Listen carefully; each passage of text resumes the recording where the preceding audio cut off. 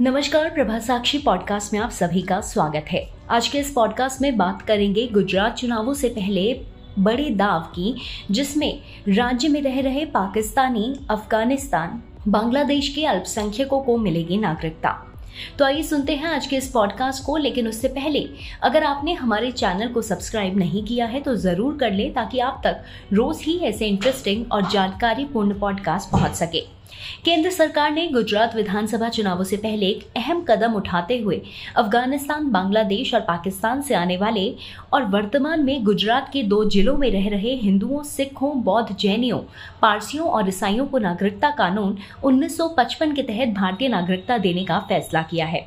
हम आपको बता दें कि नागरिकता संशोधन अधिनियम 2019 सीएए के बजाय नागरिकता अधिनियम 1955 के तहत नागरिकता देने का यह अहम कदम है। जहां तक सीएए की बात है तो आपको बता दें कि यह अफगानिस्तान, बांग्लादेश और पाकिस्तान से आने वाले हिंदुओं, सिखों, बौद्ध, जैनियों, पारसियों और ईसाइयों को भारतीय नागरिकता देने का भी एक अहम प्रावधान करता है। चूंकि इस अधिनियम के तहत नियम अब तक केंद्र सरकार द्वारा नहीं बनाए गए हैं, इसलिए इसके तहत अब किसी को भी नागरिकता नहीं दी जा सकती है। हालांकि अभी यह स्पष्ट नहीं है कि जिनको भारतीय नागरिकता मिलेगी, क्या वह गुजरात विधानसभा चुनावों में मतदान कर पाएंगे। जहां तक केंद्रीय गृह मंत्रालय की अधिसूचना की बात है तो इसमें उल्लेख है कि गुजरात के आणंद और मेहसाणा जिलों में रहने वाले हिंदू, सिख, बौद्ध, जैन, पारसी और ईसाइयों को धारा 5 नागरिकता अधिनियम 1955 की धारा 6 के तहत नागरिकता अधिनियम 2009 के प्रावधानों के अनुसार भारत के नागरिक के रूप में पंजीकरण की अनुमति दे दी जाएगी या उन्हें देश के नागरिक होने का प्रमाण पत्र दे दिया जाएगा। इस तरह जहां एक और पुराने कानून के तहत नागरिकता दी जा रही है, वहीं सीएए संबंधी मामले पर उच्चतम न्यायालय में जल्द ही सुनवाई भी होने वाली है। हम आपको बता दें कि उच्चतम न्यायालय ने संशोधित नागरिकता अधिनियम की संवैधानिक वैधता को चुनौती देने वाली कुछ याचिकाओं पर जवाब दाखिल करने के लिए असम और त्रिपुरा की सरकारों को 3 सप्ताह का समय दिया और मुद्दे पर अगली सुनवाई के लिए 6 दिसंबर की तारीख तय की है। प्रधान न्यायाधीश न्यायमूर्ति उदय उमेश ललित, न्यायमूर्ति एस रविंद्र भट्ट और न्यायमूर्ति बेला एम त्रिवेदी के नेतृत्व वाली पीठ ने 2 वकीलों पल्लवी प्रताप और कनु अग्रवाल को 200 से 230 से अधिक याचिकाओं को संयुक्त संकलन के जरिए सुचारू रूप से संभालने और याचिकाओं में से प्रमुख याचिकाएं तय करने में सहायता करने के लिए नोडल वकील के रूप में नियुक्त किया।